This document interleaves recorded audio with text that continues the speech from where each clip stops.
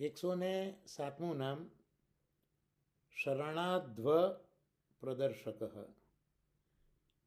શ્રી ગુસાઈજી જે શરણ માર્ગ છે એ શરણ માર્ગના દર્શક છે.